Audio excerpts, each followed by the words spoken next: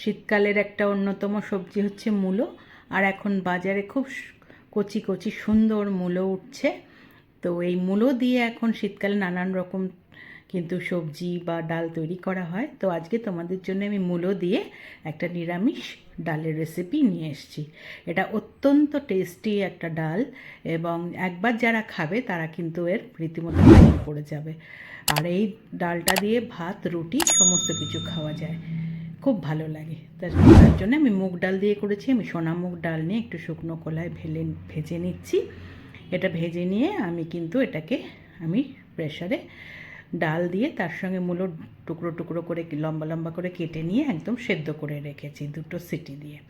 আর আমি কিছুটা ধনে পাতা কুচো করে নিয়েছি, আর ফোড়নের জন্য 5 ফোড়ন নিয়েছি, একটা শুকনো লঙ্কাকে হাফ করে রেখেছি, আর 3টে কাঁচা লঙ্কাকে আমি চিড়ে রেখেছি। এইবার কড়াই বসিয়ে দিয়ে তাতে 1 চামচ, ছোটো চামচের 1 চামচ আমি সর্ষের তেল দিয়েছি। তেলটা একটু গরম হলে তার মধ্যে 5 ফোড়নটা দিলাম আর শুকনো লঙ্কাটা দিয়ে দিলাম। দিয়ে এবার 5 ফোড়ন আর শুকনো লঙ্কাটা একটু ভাজা ভাজা করে নেব। যখন সুন্দর ভাজা হয়ে যাবে তখন তার মধ্যে আমি কাঁচা লঙ্কা 3টে দিয়ে দেব। দিয়ে কাঁচা লঙ্কাটাও একটু সামান্য ভেজে নেব।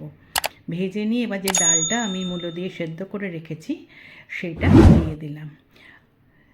আমি এখানে মুগ ডাল দিয়ে করেছি, তোমরা কিন্তু মসুর ডাল বা মটর ডাল দিয়েও করতে পারো, খুব ভালো লাগে।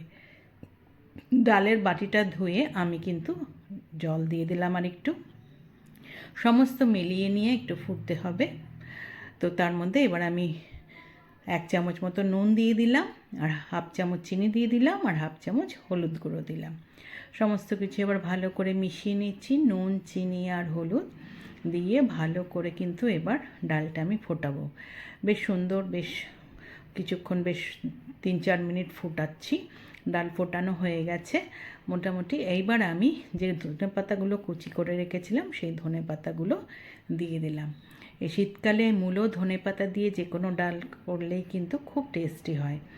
তো এবার ধনে পাতা দেওয়ার পরেও কিছু 2-3 মিনিট ডালটা ফুটিয়ে নিলাম। আমার ডাল কিন্তু হয়ে গেছে। এইবার আমি একটা সার্ভিং বলে সার্ভ করে দিয়েছি। ভাতের সাথে এটা খেতে অপূর্ব সুন্দর লাগে, রুটি দিয়েও খেতে খুবই ভালো লাগে, রুটি পরোটা দিয়েও খাওয়া যায়।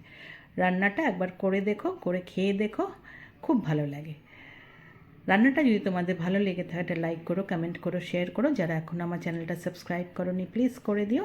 পাশে থাকা বেল আইকনটা প্রেস করবে, তাহলে আমার তৈরি সমস্ত রান্নার নোটিফিকেশন তোমাদের কাছে পৌঁছে যাবে।